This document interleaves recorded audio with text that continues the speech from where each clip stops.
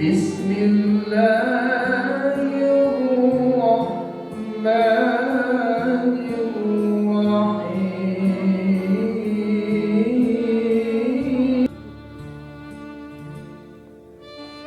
Liman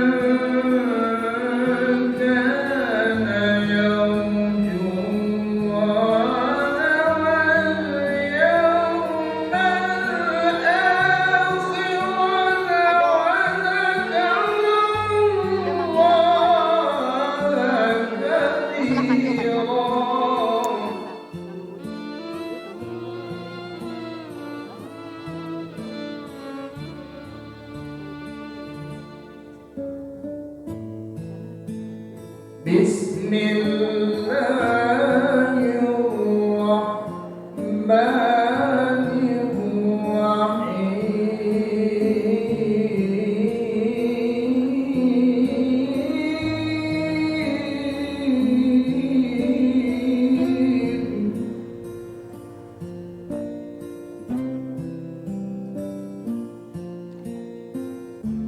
فبما رحمة من الله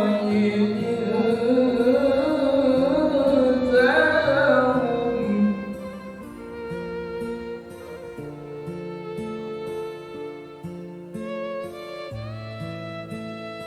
ولو كنت فظا غليظ القلب لانفضوا من حولك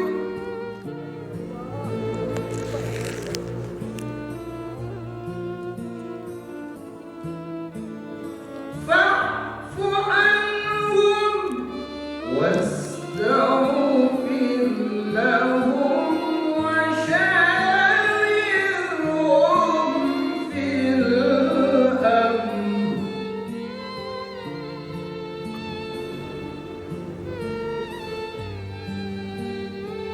فإذا عزمت فتوكل على الله إن الله يحب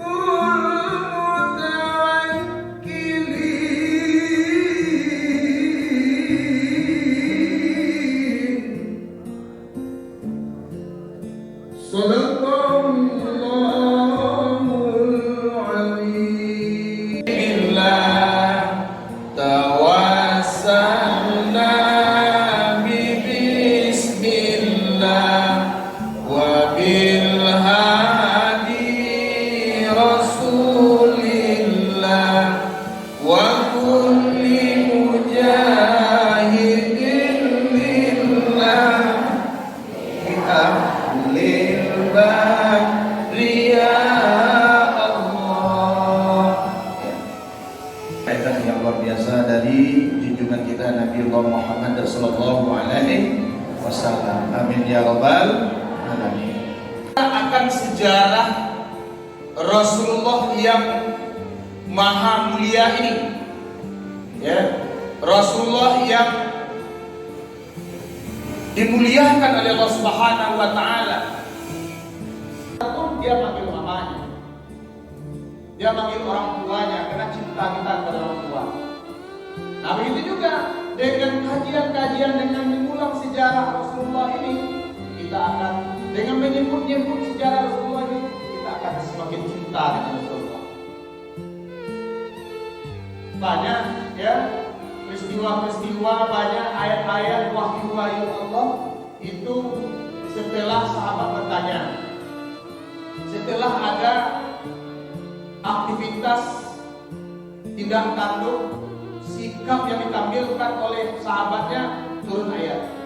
Bahkan dari Nabi sendiri, ketika ada orang buntu bertanya ke Nabi, lalu Nabi basawaan gak pasti lengah, mailah pada Rasulullah. Kata Allah, abasa wa tawalla anja abul ahmad.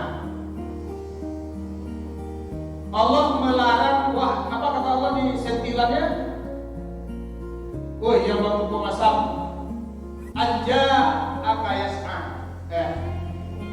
saja Abul Ahmad, ya, cari tua, orang datang walaupun dibutuh,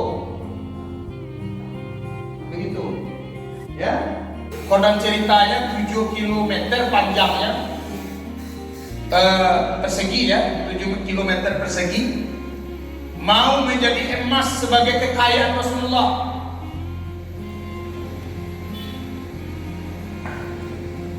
Kata Rasulullah, tak cukup ya Allah. Saya tidak akan merasa puas, saya tidak akan merasa kaya, saya tidak akan merasa cukup kalau ada di antara umatku masih berdiam di nerakamu. Itu karena cintonya kawan atau karena maaf? Karena cintonya Rasulullah kepada umat. Masih banyak di antara waktu yang sholatnya malih kagak, ingin capek selesai, bagara-gara sholat, galak-galak sholat, mengganggu orang sholat, semuanya itu kita lakukan.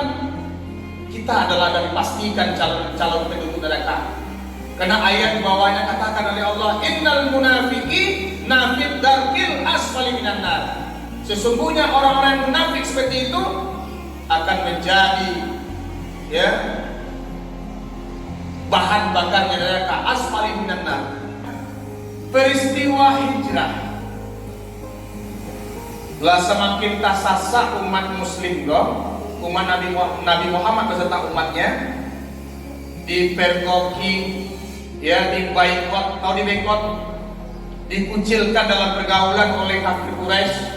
Ada di satu lembah namanya lembah Yasir, ya, karena yang situ yang ini keluarga Yasir.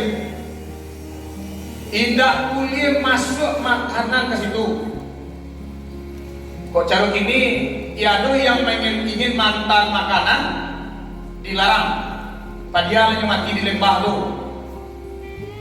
Lain juga ada padana orang yang berdakwah, nyo serang, nyo intimidasi. Lain ada juga umat Nabi Muhammad ketika itu menyampaikan ajaran tauhid yang diajarkan oleh Rasulullah kepada mereka dan mereka menyampaikan kepada lain, dicegah. Tuhan kata Nabi, Agun lain, Allah belum perintahkan kita untuk hijrah. Bertahanlah, sabarlah, sampai di saatnya turun ayat tentang hijrah. Baru disampaikan oleh Rasulullah kepada para sahabat, pada kaum muslimin, wahai tuan-tuan, wahai kaum muslimin, silahkan anda berkemas, silahkan anda menuju suatu tempat yang disebut dengan Madinah, karena orang Madinah sudah menunggu kita. Yasrib namun ketika itu, kenapa kami ya Rasulullah, bukan engkau bersama kami? Tidak, biar kalian duluan, saya belakangan. Kenapa ya Rasulullah, bukankah engkau diancam oleh mereka? Memang yang dicari itu saya, yang mau dibunuh itu saya. Makanya ketika kalian berangkat, tuan-tuan kaum muslimin berangkat ke Madinah, ke Yasrib, dan saya tetap di Mekah, orang kafir akan masih tetap berdiam di Mekah. Tapi kalau kita barangkali bersama-sama, kita akan dikajak-kajak, kita akan mati bersama-sama di perjalanan, kita akan dicegah. Begitu bukti cintanya Rasulullah kepada umatnya. Biarlah nyoba mati-matinya di belakang, asal umatnya selamat. Siapa lagi itu? Ternyata imamnya dari itu. Itu kalau manusia ini. Tapi Nabi tidak. Biarlah mati-matian bosku, kalian selamat. Begitu cintanya Rasulullah kepada umat. Rasulullah itu sangat mencintai umatnya. Pada hari itu tanggal 12 Rabiul Awal, hari Senin atau hari Senin, azan sudah dikumandangkan oleh Bilal bin Rabah. Azan subuh maksudnya ya. Sudah Bilal bin Rabah azan dengan suaranya yang merdu. Kalau dibandingin suara Pak tadi yang menggunakan, ya rancak suara Bilal bin Rabah. Lalu dikumandangkan azan, lalu juga Bilal sholat sunat, jemaah yang hadir pada waktu itu Setelah sudah sholat fajar atau rawatib wakaf, melengoklah sahabat sama sahabat pun Nabi tidak nampak, kecuali ke arah pintu rumah Nabi tidak nampak terbuka. Disuruhnya lah Bilal bin Rabah oleh Abu Bakar, wahai Bilal, engkau lihat Rasulullah apa gerangan terjadi, kenapa beliau juga datang. Jadi Bilal bin Rabah menuju rumah Rasulullah yang tidak terlalu jauh dari masjid, berhampiran dengan masjid. Sampai di hadapan Rasulullah, ya Rasulullah, kami sudah menunggumu untuk melaksanakan sholat subuh. Wahai Bilal, badan saya hari ini juga tidak nyenyak. Saya agak demam, semakin berat rasanya Bilal. Tolong sampaikan ke Abu Bakar, gantikan saya sebagai imam pagi ini. Labani itu Bilal ke dalam masjid. Wahai Abu Bakar, Rasul bilang seperti ini. Baru dikatakan saja itu, wahai anakku sekalian, mana gila para jemaah tadi. Taisa-isa. Ada yang memahami, banyak sahabat memahami, tidak pernah Rasul meninggalkan jemaah ini, dan tidak pernah Rasul mengatakan tidak bisa menjadi imam karena sakit. Menangilah jemaah pagi itu. Terdengarlah oleh Rasulullah dengan Fatimah. Wahai Fatimah, coba lihat keluar, kenapa jemaah menangis? Dicari di Fatimah, ditanya di Fatimah, ternyata mereka sudah tahu bahwasanya tidak akan lama lagi akan berpisah dengan Rasulullah. Rasulullah yang menyambuti, dan Abu Bakar waktu itu menolak untuk jadi imam. Selagi ada Rasul, saya tidak akan berani menjadi imam, kata Abu Bakar. Lalu Rasulullah didampingi oleh Bilal dan Fatimah ketika itu menyampaikan kondisi terakhir di dalam jemaah itu. Lalu Rasulullah menguatkan dirinya untuk menjadi imam. Berbeda dengan pagi-pagi sebelumnya, Rasulullah agak memendekkan ayat sholatnya. Selesai sholat, Rasulullah kembali ke kamarnya. Rasulullah istirahat, dan para sahabat tidak paham. Ya, ada yang termenung, tertakut, ada yang menangis, terisak-isak. Gak lama kemudian datang seorang tamu menyentuh rumah Rasulullah. Assalamualaikum. Ya, dibuka oleh Fatimah. Ternyata ada seorang laki-laki yang berpakaian serba putih menggigil, bertanya akan keberadaan Rasulullah. Ada Rasulullah? Sebentar, saya sampaikan kepada ayah. Lalu Fatimah kembali kepada Nabi Muhammad. Ya ayah, ada tamu datang, pakainya begini, dia ketakutan, kecemasan. Wahai Fatimah, tahukah engkau, itulah yang saya tunggu pagi ini. Dialah yang akan memutuskan kenikmatan dunia dan akan bertemu dengan kenikmatan akhirat. Suruh dia masuk.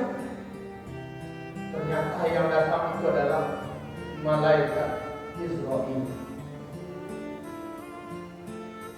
Sesampainya malaikat Israil di samping Nabi, Israil terlengah, tidak melihat, tidak menatap Nabi. Wahai Israil, kenapa kamu tidak memandang saya? Apakah kamu benci kepada saya? Ya, bukan saya benci kepada kamu.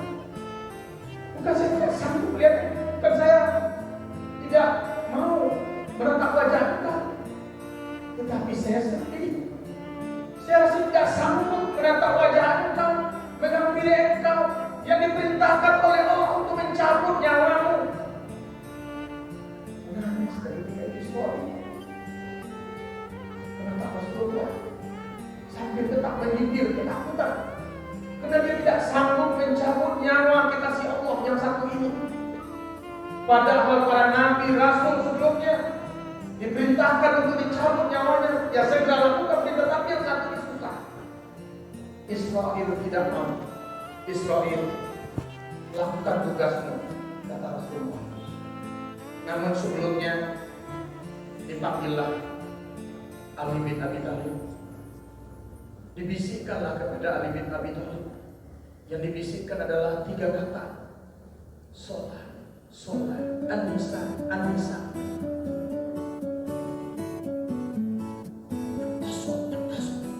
3 bisikan Rasulullah.